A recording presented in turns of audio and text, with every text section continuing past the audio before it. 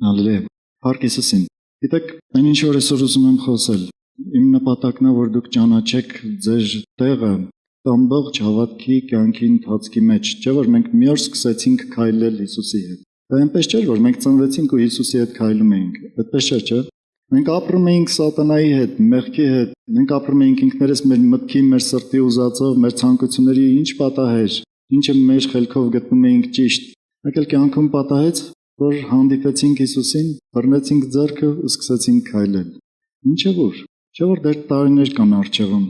Այդ ճանապարհի մեջ դու որտեղ ես գտնվում։ Սրա մասին եմ ուզում այսօր խոսել։ Որպեսզի երբ որ քրիստոնյան քայլում է, ինքը ճանաչի, ինքը հասկանա,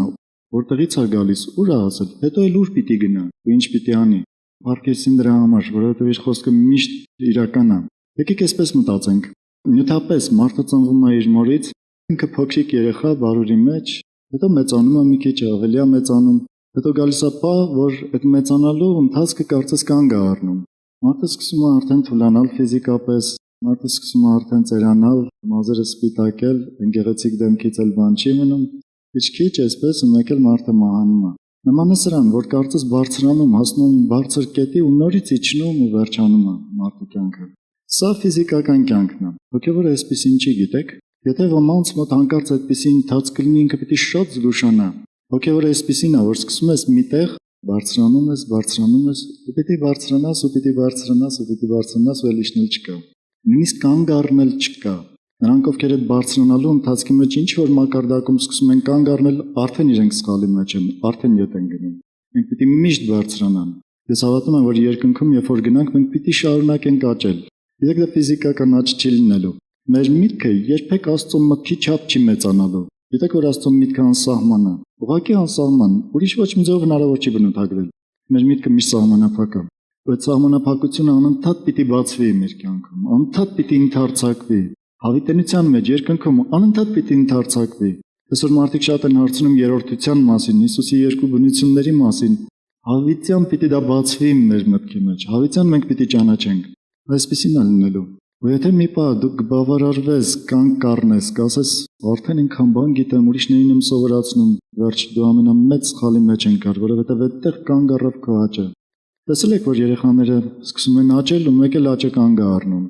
Բոլորը սկսում են անհանգստանալ, առաջին հերթին ծնողները, շրջապատը տանում են բժշկի, ամեն ինչ անում են, որ նորից շարունակի աճել, որովհետև աճը կանգ առավ, սա վատ նշան է արդեն։ Գուցե չգիտեմ հիվանդությունները ոնց են ասում այդպիսի հիվանդություններին, բայց հաստատ վատ է, չէ՞, ոչ մեկը չի ուզենա, որ այդպիսի երեխա ունենա։ Հատվածը, որը պիտի կարդամ ձեզ շատ ծանոթ Առաջի Հովհաննես թղթի 2-րդ գլխից 12-րդ խոսքից պիտի կարդամ մինչև 14-ը։ Գրում եմ ձեզ որդյակներ, որովհետև ձեր մեղքերը թողված են նրա անվան համար։ Գրում եմ ձեզ հայրեր, որովհետև դուք ճանաչեցիք նրան, որ սկզբից է։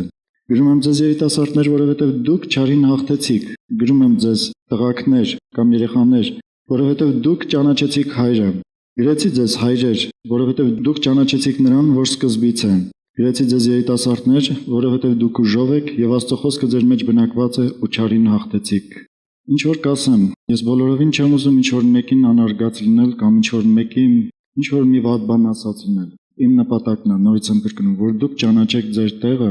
ու ձգտում ունենաք աճելու։ Ես այսօր չեմ խոսելու ինչպես աճել։ Իմ նպատակն է, որ դուք ուղղակի ճանաչեք որտեղ եք։ Գիտեք, փոքր երեխան հաճախ մտածում է, որ ինքը կարա շատ մեծ գործեր անի, շատ սխալվում է։ Ես եղել եմ այդպես փոքր, հիշում եմ մի տեղ էինք խաղ էինք անում երեխաներով։ Մեզանից 2 անգամ բարձր մի պատ կար, պատի վերևը կանաչ տարածություն էր։ Երեխաներից մեկը ասաց, այնքան եմ ուզում բարձրանամ այդ կանաչների վրա խաղամ, չեմ կարողանում։ Մի ֆանտազիան ճոխ աշխատեց, ասացի, արի քեզ վերցնեմ ու գցեմ այնտեղ։ Այս երեխային վերցրեցի, գցեցի, բայց հետևանքը երևի հասկանում եք ինչ եղավ։ Չեմ ուզում, որ մենք որպես քրիստոնյաներ, հավատացյալներ այդպես լինի։ Ուզում եմ, որ իսկապես ճանաչենք։ Կանգնենք, ասենք, իսկապես այս հարցում իմ ուժս չի հերիքի։ Այս հարցում խնդրում եմ, որ դու օգնես։ Այս հարցում էսպես, այս հարցում այնպես։ Հասկանում եք ինչ եմ ասում։ Ոչ մեկիդ անհատապես ի նկատի չունեմ, բայց նաև խոսքը վերաբերվում է բոլորին։ Հակառակ դեպքում անիմաստ է այդպիսի քարոզները, եթե ոչ մեկին չի վերաբերվելու։ Ուրեմն, այստեղ խոսվում է 3 բաների մասին, կարդացածս հատվածում։ Խոսում է հոգևոր մանուկների, հոգևոր երիտասարդների ու հոգևոր այրերի մասին, այսինքն հասուն հոգևորների մասին վերջինը։ Ուրեմն, երբեք այստեղ գրված հոգևոր մանուկը չհասկանաք այն խոսքի հետ, որ Հիսուսը ասաց երեխաների պես չլինեք, երկնքի թագավորություն չեք մտնի։ Դա բոլորովին ուրիշ բան է։ Այնտեղ խոսում է երեխաների պես խոնար, ցածր չլինեք երկնքի թակավորություն չեք մտնելու։ Մատթեոս 18-ում եթե կուզեք կարդացեք, Հիսուս ասաց երեխաների պես ձեր անձը չխոնարհեցնեք երկնքի թակավորություն չեք մտնելու։ Նկատում եք, սա բոլորովին ուրիշ բան է։ Մենք ինչքան աճում ենք հոգեորապես, այնքան երեխայի պիտի նմանվենք։ Նյութական ֆիզիկապես երեխայի պիտի նմանվենք, բայց նաև հասուն պիտի դառնանք մեր մտքով Աստծուն ճանաչելով մեր հոգով։ Խոսքը դրան չի վերաբերում։ Ես պիտի խոսեմ ուղղակի հոգևոր երեխայի մասին, առաջինը։ Գրված է, որ նրանք ճանաչում են հորը։ Հատկություններ, որոնք նոր կտականում լիքը լծված են թե երիտասարդների, թե մանուկների, թե այրերի համար։ Ես այդ հատկությունները ուղղակի պիտի ասեմ ձեզ, որ ուղղակի ճանաչեք, թե դուք ով եք, ու ձգտեք ավելին ունենալու։ Ուրեմն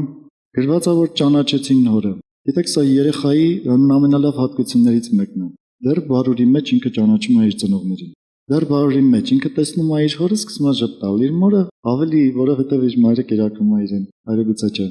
Այրը գուցե ընդամենը գրկում է, սիրում է ինչ որ բաներ։ Մայրը մի քիչ ավելին է հոգ տանում, չէ՞։ Երբ որ պետք է լինում, քանդում է, փոխում է շորերը, բայց պատկերացնում եք, ճանաչեց հորը։ Երեխայի ամենակարևոր բաներից մեկը դա է։ Դուք որ առաջին եկել եք Աստծուն, այն առաջի պահից ինչ եք ճանաչել։ Չէ՞ որ երկնային հայր ունեք, որը ձեր համար հոգ է տանում։ Ու սրանով ուրախացած, մարդը փրկության ուրախություն է ապրում, կյանք է ապրում։ Սկսում է Աստծո հետ ապրել, էլ իրան ոչ մի բան չի հետաքրքրում։ Հետո քիչ-քիչ կյանքում սկսում է հարցնել, բայց բանը ոնց կլինի, այն բանը ոնց կլինի։ Ու միտքը սկսում է ընդարձակվել, ինքը սկսել աճել։ Առաջինը դու ճանաչել ես, որ դու հայր ունես, սա մանուկի հատկություններից մեկն է։ Մի ուրիշ հատկություն, ուրեմն գրված է առաջի Կորինթացիների թղթում 1-3 խոսքերն են, ուզում եք կարդամ այդ հատվածը։ Պողոս առաքյալը գրում է Կորինթացիներին, ասում է. «Եվ ես, եղբայրներ, չկարողացա խոսել ձեզ որպես հոգևորների, ապա որպես թե մարմնավորների, որպես թե Քրիստոսով երեխաների, ձեզ կատ կերծրեցի եւ ոչ թե կերակուր, որովհետեւ դեռ չեք կարող, ու հիմա էլ տակավին չեք կարող, որովհետեւ դեռ մարմնավոր եք, որովհետեւ տակավին ձեր մեջ նախանձ, հակառակություն եւ բաժանումներ կան, չէ՞ որ մարմնավոր եք ու մարդկային եք քայլում»։ Լավ է, շարունակեմ մինչեւ 3-րդ խոսքը։ Գրված է, որ նախանձ, հակառակություններ, բաժանումներ կան, չէ՞ որ մարմնավոր եք։ Սրանից երևում է, որ փոքրիկ են, երեխա են։ Նկարագրեմ ինչա տեղի ունենում։ Երբ որ մենք եկանք Աստծուն, մեր մեջ ծնվեց Հիսուս։ Մեր մեջ ծնվեց մի հատ նոր բնություն, նոր աշխարհ եկավ մեր մեջ։ Հոգևոր բան եկավ, որը մինչ դեռ չենք ունեցել։ Բայց դեռ մենք այն մեր աշխարհայինը ոչ կորցրեցինք, որ մեր հետ բերել ենք։ Դեռ իր ամբողջ զորությունով կանգնած է մեր սրտերի մեջ։ Հետո Հիսուսը սկսում է մեծանալ, ու ինչքան ինքը մեր մեջ այդ նոր բնությունը, աստվածայինը սկսում է տարածվել մեր մեջ ու մեծանալ, այնքան այն հինը սկսում է փոքրանալ։ Մարդուց ինչ է դրսևորվում ընդհանրապես։ Եթե դրսևորվում է հին բնության բաներ, ուրեմն ինքը դեռ մանուկ է։ Եթե դրսևորվում են այսպիսի բաներ, նախանձ, հակառակություն, բաժանումներ, դեռ ինքը մանուկ է։ Երբ որ մեկին մի լավ բան անում, ինքը վատ ազգում իր մեջ նախանձից, դեռ մանուկ է։ Սրան չեն անարգում, սրան ուղղակի պահում են, ասում են, գիտես, դες պետք է այդ նախանձը չարությունը դնել մի կողմ, առաջ գնալ Հիսուսի մեջ, սիրել Հիսուսով, սերը ծածկում այդ բոլոր, ոչնչացնում ուղղակի այդ բոլոր նախանձը ու մնացած բաները։ Ուրեմն որոշ թարգմանություններում այս հակառակություններ խոսքը գրված է վիճաբանություններ։ Դա ճիշտ թարգմանություն է։ Այս հակառակություններ կամ վիճաբանություններ շատ մոտիկ են իրար, չէ՞։ Մի բան նկարագրեմ, պատկերացրեք, հեչ եղել է, որ մեկի հետ մի բան եք խոսում, ինչ ասում եք ինքը հակառակն է ասում։ Ինձ հետ եղել է։ Ինչ ասել եմ, նույնիսկ իր կողմից եմ անցել, այն ինչը ինքն է ասում, այդ եմ ասել, էլի հակառակն է խոսում։ Հոգևոր մանկությունից է տալիս։ Իր օգտակար բանն ես ասում, իր կողմից ես սկսում խոսել, էլի հակառակն է խոսում։ Ոնց որ այդ մարդու ներքին դիրքը լինի, որ պիտի հակառակ խոսի, այ դրա մասին է խոսքը։ Ու սրանից առաջանում է վիճաբանություն, չես իմանում ինչ ասես այս մարդուն։ Մեկը ինչ ասում ես հակառակն է խոսում։ Որ եթե մի պահ կանգ առնի, մի պահ մտածի, ինքը այդպես չի խոսի։ Կհասկանա, որ այդ մի բանն էլ գոնե իր շահին ասեցիր, իր օգտին ասեցիր, կընդունի դա։ Բայց քանի որ մանուկ է, ինքը այդ կանգ առնելու պահը ու մտածելու պահը բաց է թողնում։ Այստեղ գրված են բաժանումներ։ Մեկ ինչքան ա եղել, որ մի հասարակ բանից, նախանձից կամ ինչ-որ մի բանից, մեկ էլ չես ուզում մեկի հետ հաղորդակցվես։ Պահում ես հեռու իրեն, ասում ես, չտեսնեմ, աչքովս չընկնի։ Ես չեմ ասում, չգիտեմ, ես իմ ինչ բաժանումների մասին։ Այս հասարակը արդեն մեջդ, երբ որ սկսեցիր հեռու պահել, ներքուստ, տհաճություն ես զգում այդ մեկի մոտիկությունից, դեռ մանուկ ես։ Ես պետք է կարողանալ հաղթել այդ բոլորը, դրանք հետո կխոսեմ։ Ուզում եք մի ուրիշ հատկություն ասեմ, գրված է Եփեսացիների 4-րդ գլխում, սա էլ չկարդամ։ 14-րդ խոսքում։ Դրանից առաջ խոսում է, որպեսզի քրիստոնյաները սուրբերը աճեն, հասնեն կատարելության, որպեսզի էլ տատանվող չլինեն երեխաների նման, վարդապետության տարբեր քամիներից այս կողմ, այն կողմ տարուբերվելով։ Ասում է, որպեսզի աճեն, ու էլ տարուբերվող չլինեն տարբեր վարդապետություններից։ Երբ որ քրիստոնյաները մեկ-մեկ էլ ասում են, լավ, ի՞նչ տարբերություն կա ձեր ու Եհովայի վկաների մեջ։ Մտածում ես, որ սա դեռ մանուկ է, սա դեռ վարդապետության այդ քամիներից տատանվող է, ինքը դեռ չի հասկանում, եթե վաղը եւ այ վկաները նստեն կողքին, ասեն գիտես, Աստվածաշունչը բացեն, ասեն գիտես, մենք ենք ճիշտ։ Գուցե իր սրտում ինչ որ մի բան ծառվի են կողմի վրա։ Հետո կգա քեզ հետ կկռվի, կասի բա ասում էիր այդպես, տես իրանք էլ ասում են այսպես։ Հասկանալի է, այս մարդու կողքին նստում են, ուղակի սովորեցնում մինչև աճի։ Բայց գիտեք, մի բան ասեմ, որը բոլորիս է վերաբերվում։ Դա միայն այդ տատանումը չի, որ քրիստոնեական ու հակաքրիստոնեական ուսմունքները իրար դեմ բախվում են։ Դա նաև տարբերություն է հենց քրիստոնեության մեջ։ Ոչ մի Եհովայի վկա դու չես ընդունի, արդեն այդքան աճել ես։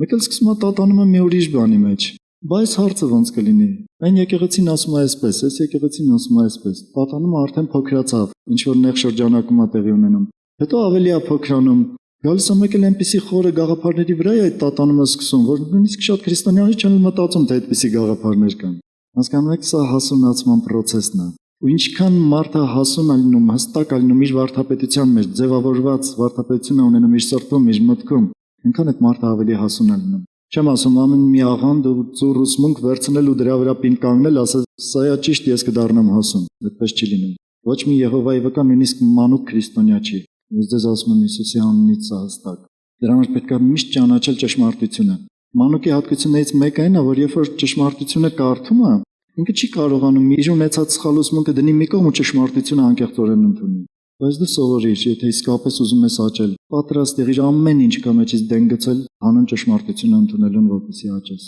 Թող Հիսուսի անունը փառավորվի ամեն բանում։ Մի ուրիշ հատկություն եմ ուզում կարդալ ձեզ նորից, որը վերաբերվում է հոգևոր մանուկին ու ցույց է տալիս, թե ինչպիսին է հոգևոր մանուկը։ Գրված է Եբրայեցիների 5-րդ գլխում, 12 եւ 13-րդ խոսքերում։ Որովհետև թե պետք է ձեզ ժամանակին նայելով սովորեցնող լինել, բայց նորից պետք է ձեզ սովորել, թե ինչ են Աստծո պատգամների առաջին սկզբունքները։ Ու դուք կաթի կարոտ եղաք եւ ոչ թե հաստատուն կերակուրի, որովհետև այն ամենը, որ կաթ ընկեր է, արդարության խոսքին անհամուտ է, որովհետև երեխա է։ Աստծո խոսքն է ասում։ Ասում է, որովհետև այն ամենը, որ կաթնակեր է, արդարության խոսքին անհամուտ է, որովհետև երեխա է։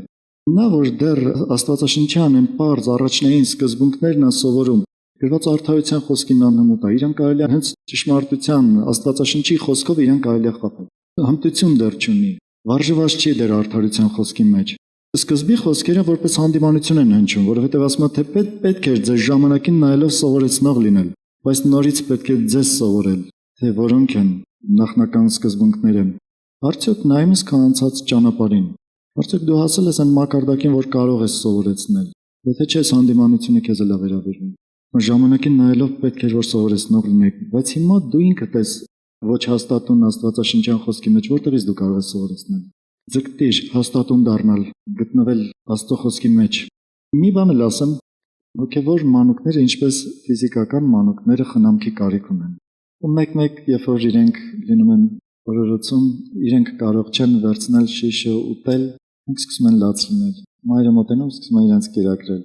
Երբ որ ինչ-որ բանի կարիք են ունենում, սկսում են բարձր գոռալ, լացել, մեկ էլ մայրը մոտենում է, քանդում, նորից փաթաթում, նոր շորերով։ Հասկանում եք ինչ եմ ասում։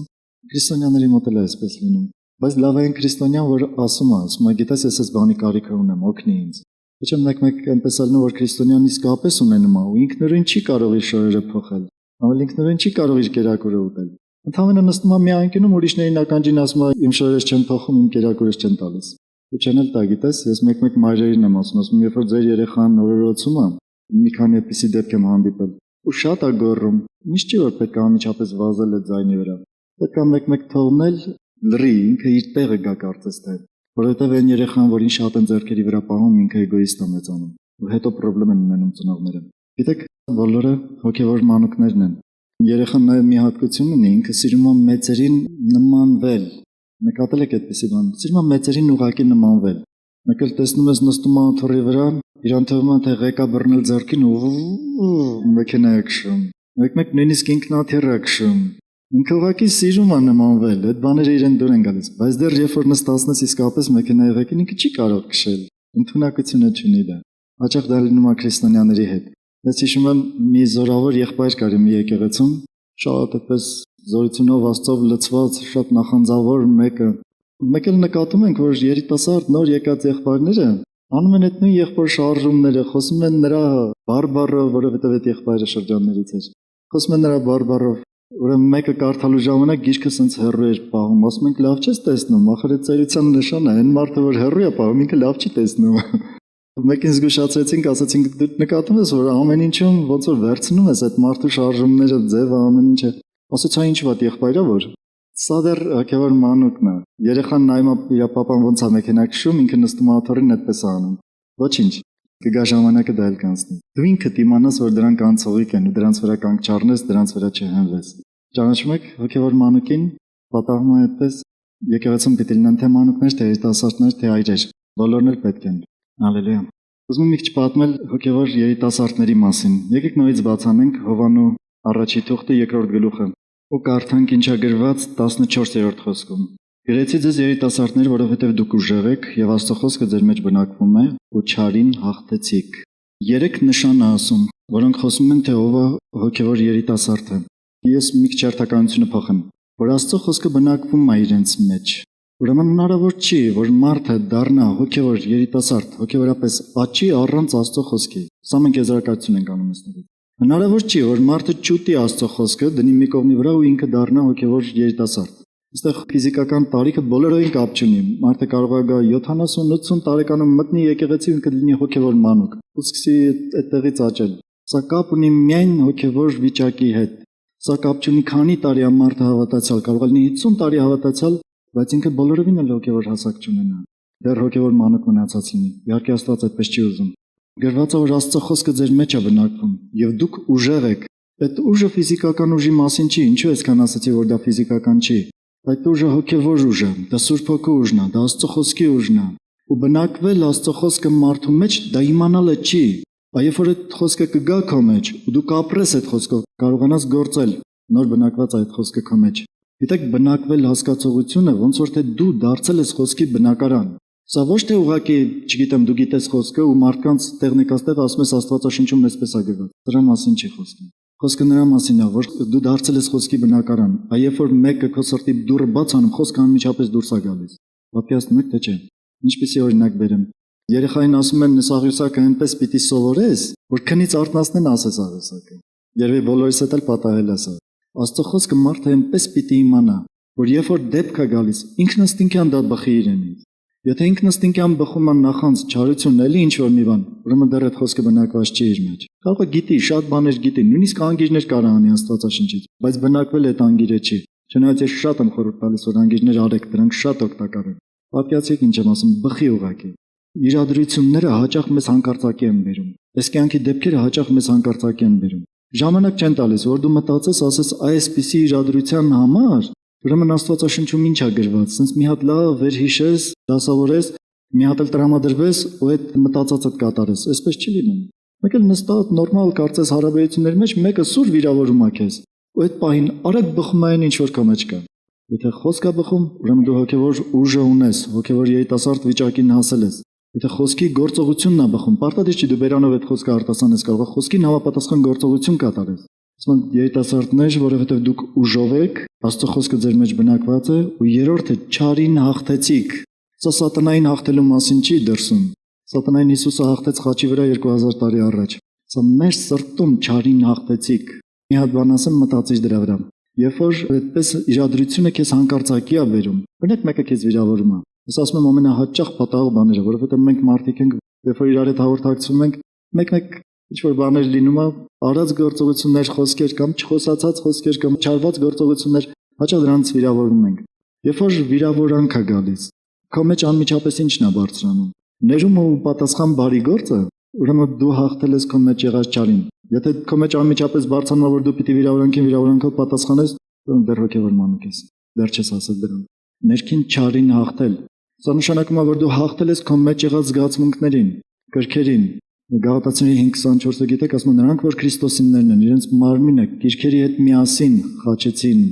Դու հաղթել ես դրանց, թե չես հաղթել։ Սա է նշանակում չարին հաղթել։ Չարին հաղթելը դրսում մի փնտրեք։ Մեկ-մեկ ֆիլմեր, հեքիաթներ կան, որ վերցնում են զենքը ու գնում են չարի դեմ կռվելու։ Չարությունով չարին չեք հաղթի։ Չարությունով դուք չարությունը կշատացնեք։ Մտածել եք այդ խոսքի մասին, որ Պողոս առաքյալը գրում է, ասում է չարից մի պարտվեք, հապա բարիով հաղթեք չարին։ Հիմա պատկերացրեք, մի կողմը բարին, մյուս կողմը չարը, կանգնել են ճակատ։ Չարը անընդհատ չարիք է դուրս գալիս իրենից։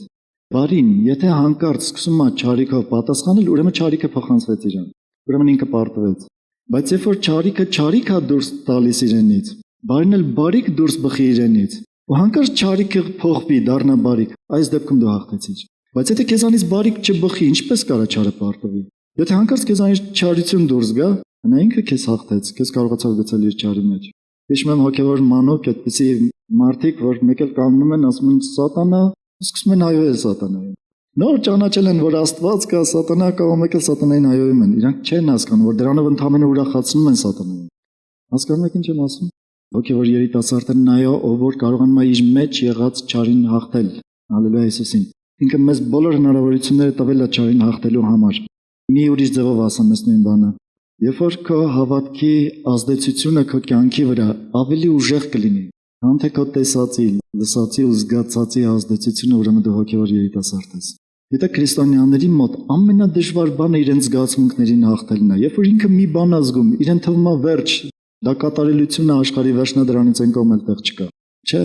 Աստծո խոսքն է կատարելությունը։ Երբ որ դու զգում ես մի բան, Աստծո խոսքը ասում է հակառակը արա քո զգացածին, ու դու կարողանում ես դա կատարել, դու հաղթել ես, երիտասարդ ես։ Հալելույա։ Ես պիտի խոսեմ նաև հոգևոր այրի մասին։ Ինչ է գրված հոգևոր այրի մասին հենց այս հատվածում, 2-րդ գլխի 12-13-14 խոսքերում։ Գրեցի ձեզ հայրեր, որովհետև դուք ճանաչեցիք նրան, որ սկզբից է։ Այս արտահայտությունը գրված է 2 անգամ։ Այրեր կամ հայրեր, դուք ճանաչեցիք նրան, որ սկզբից է։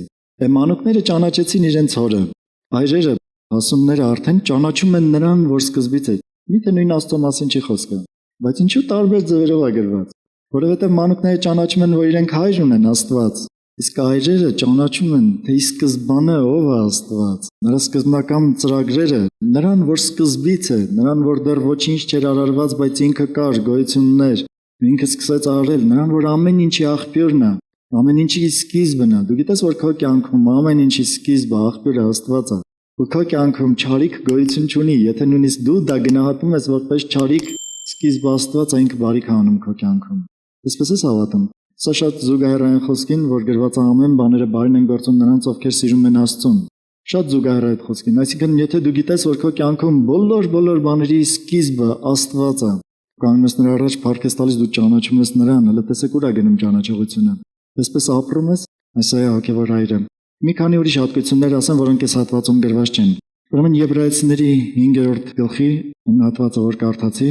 12-13 խոսքերը։ Ուզում եմ շարունակել, որովհետև շարունակությունը գրված է հայրերի մասին, 14-րդ խոսքում։ Բայց հաստատուն կերակուրը կատարյալներինն է, որոնց զգայարանները սովորությամբ կրթված են բարին ու չարը զանազանել։ Այսինքն նրանք, ովքեր հասուն քրիստոնյաներ են, իրենց զգայարանները կրթված են, վարժված են բարին ու չարը զանազանելու մեջ։ Գիտեք, սովորությամբ, գրված է սովորությամբ են կրթված, վարժված։ Այսինքն իրանք այնքան շատ են զանազանել, որ իրենց մոտ դարձել է սովորություն դա։ Այնքան շատ է իրենց կյանքում տեղի ունեցել։ Տեսեք, երիտասարդները ֆիզիկապես ուժեղ են, չէ՞։ Ես ժամանակին, որ զբաղվում էի սպորտով, մի հետաքրքիր դեպք տեղ ունեցավ, դա ինձ բավականին մտածել տվեց հետո կյանքի մասին։ Ես ուսերամարտով էի զբաղվում այն ժամանակ։ Մենք մի մարզիչ ունեինք, բավականին ծեր էր։ Նայում էինք, ասում էինք, ո՞նց է ինքը կարողանում 2 ժամ բոլորիս հետ պարապի։ Գիտեք, այդքան ժամանակ անդադ զենքը ձեռքին դիրքում կանգնած, անդադ վարժություններ էր անում մեջ հետ, մեզ վարժացնում էր։ Մենք փոխվում էինք, մեկս նստում էր, մյուսներ կանգնում իր առաջ, գնում էինք ուրիշ բանով էինք զբաղվում, մի ուրիշը, բայց ինքը ամբողջ այդ 2 ժամ, մի 3 ժամ անդադ պարապում էր։ Մի անգամ երիտասարդներից մեկը ասաց մենամարտ ենք, այդ մարդը ընդհանրապես չէր մենամարտում։ Ինքը միայն վարժություններով մեզ սովորացնում էր։ Ասաց արի մենամարտ ենք։ Ասաց ես արագությունով ու իմ ոնց որ երիտասարդական ամեն ինչով կհաղթեմ քեզ։ Ասաց արի։ Ու այս մարդը իր զենքը փոխեց։ Երևի գիտեք, որ սուսերամարտում 3 տարբեր տեսակ զենքեր կան։ Վերցրեց այն զենքը, ինչով այդ երիտասարդն էր պարապում, այսինքն իր վարժված զենքը չէր նույնիսկ։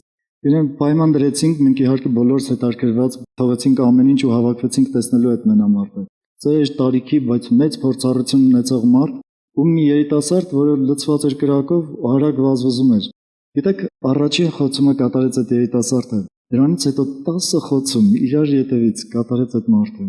Նայում էինք, դրանից հետո երկար մտածեցի, ասեցի ուրեմն փորձառությունը, վարժվածությունը,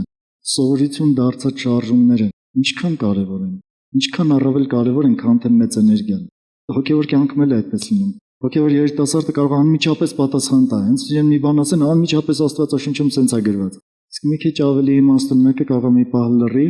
հետո նոր ասի, գիտես, այսպես է պետք։ Ոչ միայն Աստվածաշնչում այդպես է գրված, նաև այդ գրվածը ինչպես ասել այդ մարդուն, որ օգտակար լինի, որ դիպուկ լինի, տեղ հասնի։ Հասկանու՞մ ինչ եմ ասում, տարբերությունը ինչու՞մ է։ Կարող է ֆիզիկական ուժը լինի, բայց ինչպես այդ ուժը կիրառել, այս է կարևոր։ Դու իսկապես կունենաս Սուրբ Հոգու լցվածությունը որպես երիտասարդ։ Աստծո խոսքը կբնակվի քո մեջ, դու ուժեղ կլինես, քո մեջ հաղթած կլինես չարին, բայց ինչպես դրսում կիրառես դա, ինչպես քո կյանքում թեկուզ դեպքերի մեջ կիրառես դա։ Սա մի քիչ ավելի իմաստություն է պետք։ Դրա համար Իսրայելում ընդունված էր ծերերին համարել իմաստուն մարդիկ։ Ու ծերերի խումբը հավաքվում էր, նույնիսկ պետության համար կարող էր որոշում կայացնել։ Ծերերը միշտ եղել են մարգարեների, թագավորների, առաջնորդների թիկունքը կարծես թե։ Նրանց ձեռքի տակ կարծես թե միշտ լսել են նրանց խորհուրդները, կոչվել է ծերակույտ։ Գիտեք ինչու՞։ Որովհետև տարիների փորձառություն են ունեցել այս մարդիկ ու կարողացել են իրենց տարիների փորձառությունով ճիշտ առաջնորդել ժողովրդին։ Հոգևոր հասուն մարդիկ այսպիսին են լինում։ Չգիտեմ ինչքանով կարողացա դրանք ցույց տալ։ Մի ուրիշ խոսք ասեմ, որը նորից բնութագրում է հոգևոր հասուն մարդուն, գրված է Ֆիլիպեցիների 3-րդ գլխում։ Այստեղ էլ հետաքրքիր հերթականություն կա, բայց այսօր այդ հերթականության մասին չեմ խոսի, այլ միայն այդ խոսքը կկարդամ։ 3-րդ գլխի 14 եւ 15 խոսքերը պիտի կարդամ։ Կարող է մի քիչ այնպես լինի, որ իմաստը շատ բացահայտ չլինի, դուք հետո վերևից կկարդաք ավելի շատ։ Պողոս առաքյալը խոսում է ինքը իր մասին։ Բայց մի բան կա, որ յետևի եղածները մոռացել եմ, ու արջևի եղածներին եմ դիմում։ Նպատակը դիտելով Քրիստոս Հիսուսով եղած Աստծո վերին կոչումի մրցանակին եմ վազում։ Նույնիսկ կարդամ վերջի խոսքը։ Նպատակը դիտելով Քրիստոս Հիսուսով եղած Աստծո վերին կոչումին մրցանակին եմ վազում։ Դուք հո կյանքում ունես այդպիսի նպատակ հոգևոր, հասնել Աստծո վերին կոչումին։ Հիսուս Քրիստոսով են Աստծո վերի կոչումը, չգիտեմ այդ ինչպիսի կոչում է, ինչպիսի մի մակարդակ է, բայց հասնել դրան։ Ու Պողոս առաքյալը չի ասում գնում եմ, ասում է վազում եմ դրան։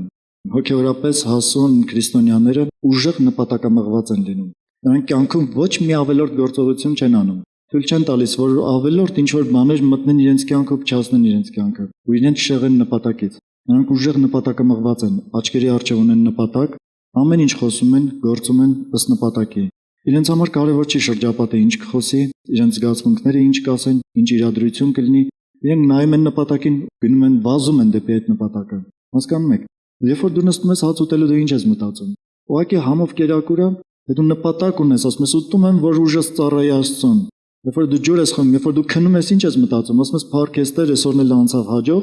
Չէ, սա չի, քնում ես նախորդ մտածելով, որ վաղը ինչ ծրագիր ունես, որ պիտի սթափ լինես, թարմ լինես, որ վաղ այդ ծրագիրը իրականացնես։ Հասուն քրիստոնյաները լինում են նպատակամղված։ Պողոս առաքյալը ասում է վազում եմ հասնելու համար։ Սա չի նշանակում, որ եթե մանուկ ես պիտի նպատակ չունենաս, եթե երիտասարդ ես պիտի նպատակ չունենաս, պիտի սպասես, թե երբ կդառնաս։ Չէ, կյանքիդ ամենասկզբից պիտի սկսես նպատակ դնել քո առջև ու քայլել։ Նպատակը ունի մի հետաքրքիր բան։ Ոչ մեկը քեզ չի թելադրելու նպատակ։ Քրիստոնյաներ կան, որ ուղղակի հոսանքի մեջ ընկած են։ Այսօր եկեղեցին սենց է գնում, իրենք էլ գնում են դրա մեջ։ Վաղը կողքի հավատացյալը սենց կասի, շեղում են այդ կողմով են գնում։ Կարծես թե գետի հոսանքը ուր փչում է, իրենք գնում են, քամի որ կողմ փչում է, այդ կողմ ծռվում են։ Սա նպատակամղվածություն չի։ Այսօր դու որ գալիս ես եկեղեցի ու գնում ես տուն, դու ունես նպատակ դրա համար, ինչի ես գալիս եկեղեցի, ինչի ես գնում տուն, ինչի ես գնում քո հարևանի տուն։ Գնում ես հարևանի հետ նարդի խաղալու, չգիտեմ, քույրերը գուցե խոսելու, սերիալ նայելու, ինչի համար։ Դու նպատակ ունես Աստծուն ծառայելու։ Դրա համար որտեղ որ լինես, դու ասում ես ես այն լույսն եմ, որ պիտի լույս տամ, ինձ համար կարևոր չէ այստեղ ինչ իրադրություն է։ Դու սկսում ես խոսել, ու սկսում ես անել այն ինչը որ ճիշտ է Աստծո տեսակետից, ոչ թե քո, այլ Աստծո։ Նպատակը մի բան է, որ մարդը պիտի ընտրի իր համար։ Մեկը նպատակ ընտրում իր համար հարստանալը, մյուսը նպատակ ընտրում բարձր պաշտոնների հասնելը։ Այնմիսը մի ուրիշ նպատակ է, մյուսը մի ուրիշ նպատակ է։ Երիտասարդները նպատակ են դնում ամուսնանալու, չգիտեմ, լավ աշխատանք ունենալու։ Աստծո համար դու ինչ նպատակ ես դրել քո կյանքի համար։ Սա ցույց տալիս թե դու ինչքան հասուն ես։ Նպատակ ունենալը, ինչ տեսակ նպատակ դու ունես, այդ նպատակի համար պատրաստ ես դնելու որոշակի զոհաբերություն։ Չէ՞ որ այն մարդը, որ մտածում է, որ ինքը պիտի շատ հարստության հասնի, եթե իր նպատակը հարստությունն է, ինքը դրա համար մտածում է, որ ինչքան ջանք պիտի անի, ինչքան պիտի աշխատի։ Ես մի ընկեր ունեի դեռ կոմունիստական ժամանակներում,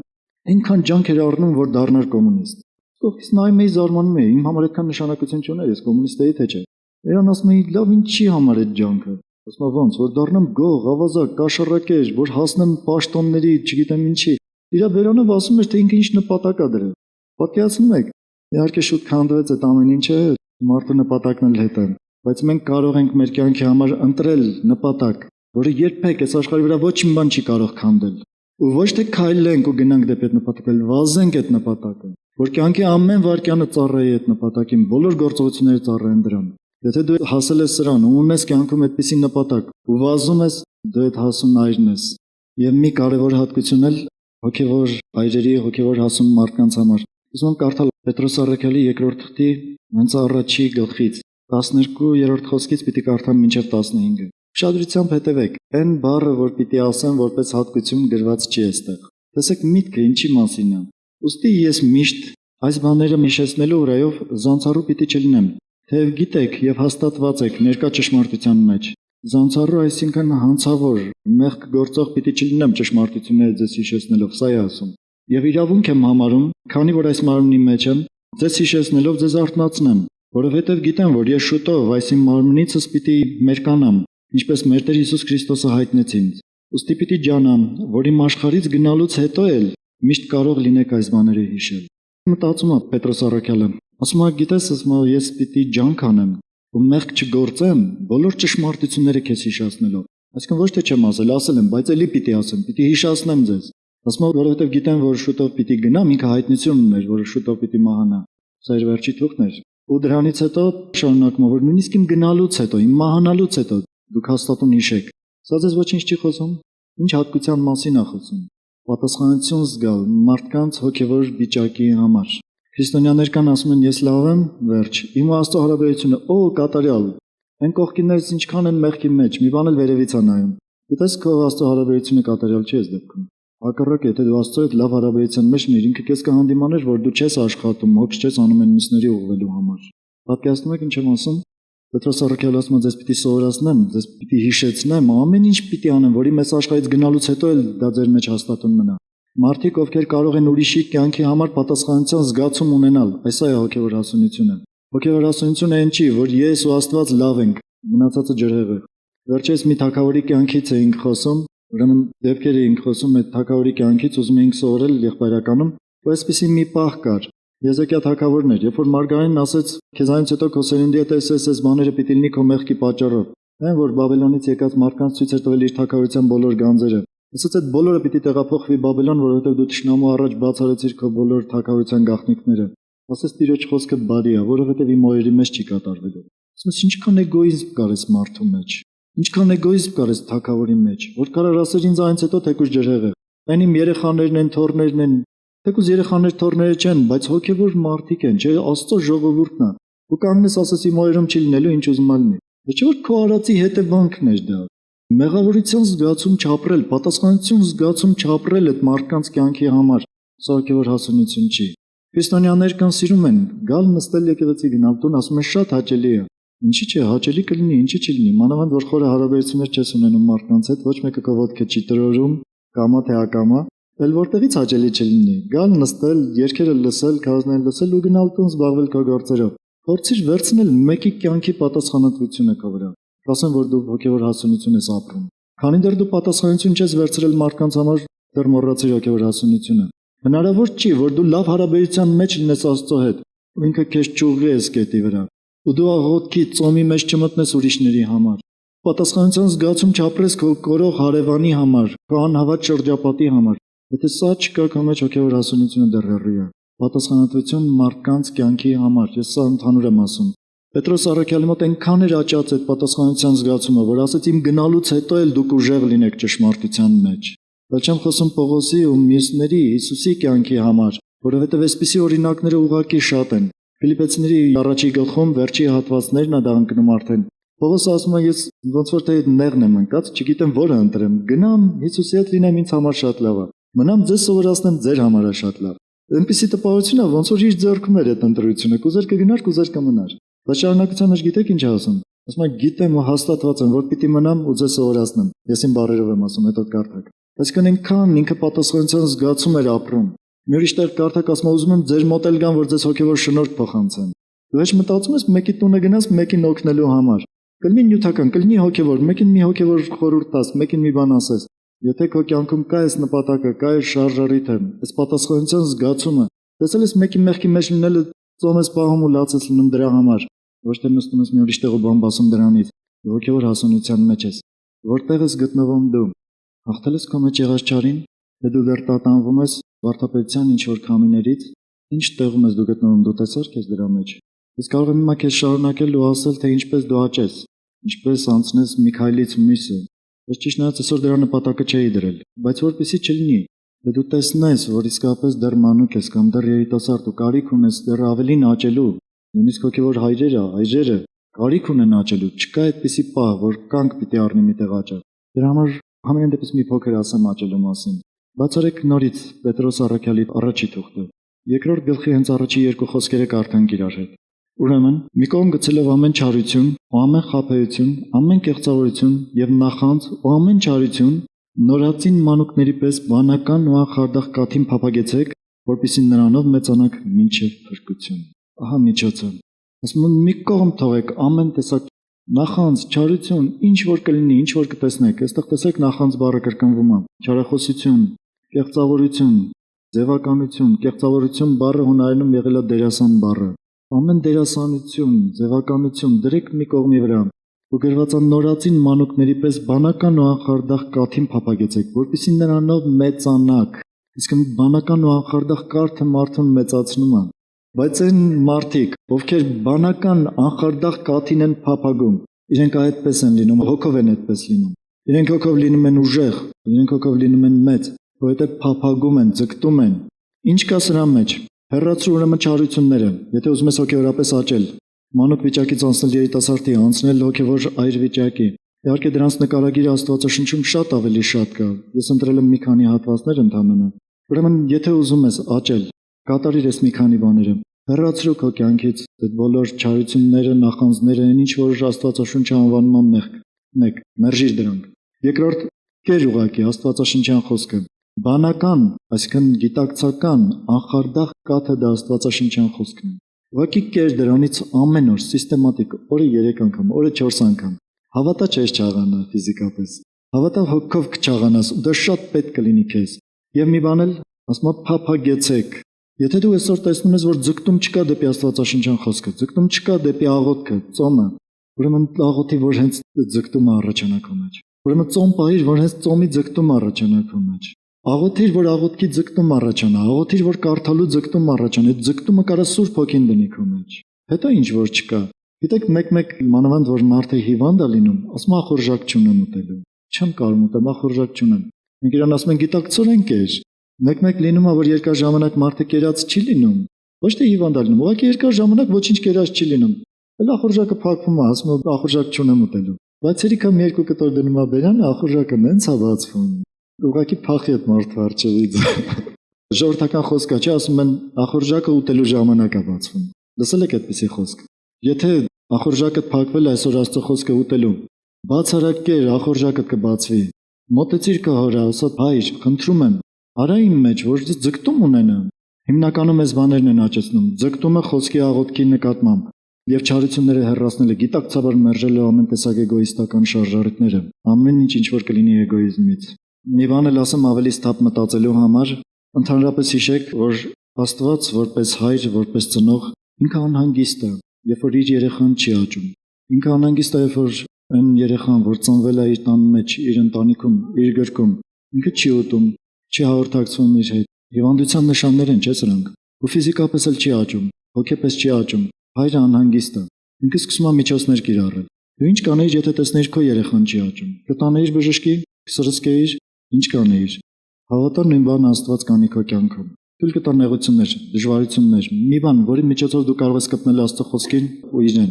Դրա համար եթե չես ուզում, որ այդ բաները քո կյանքում լինեն, գիտակցորեն ինքը տարա քո կյանքում։ Մեկ քրիստոնյաներին ասում եմ, հալածանքները շատ ավելի պակաս կլինեն քրիստոնյաների կյանքում, եթե ուղղակի քրիստոնյան հասկանար այդ հալածանքը ինչ է տալիս իրեն, ու դա աներ գիտակցորեն։ Ուղղակի բաներ կան, որ մենք մարդ ենք, մենք չենք կարողանում մեր սրտերը մինչև վերջ քննել։ Ես իմ համայլ եմ ասում, մենք մարդ ենք։ Ու հաճախ Աստված այդ բաները, որոնք ուզում է ինքը որ մաքրվեն, մեր մեջ ի հայտ է բերում հալածանքների, դժվարությունների, նեղությունների միջոցով։ Ուզում ես, որ Աստված քո կյանքում միջոցներ չկիրառի, որ դու կպնես իրեն, աղոթքի, ծոմի ու Աստծո խոսքի, ուրեմն գիտակցորեն կպիր դրան, ձգտիր դրան։ Հալելույա։ Որտեղ ես գտնվում։ Հոգևոր մանուկ լինելը մեղք չի։ Մեղքը աճել չուզենալը։ Ուզում ես աճել, ոտքի կանգնիր։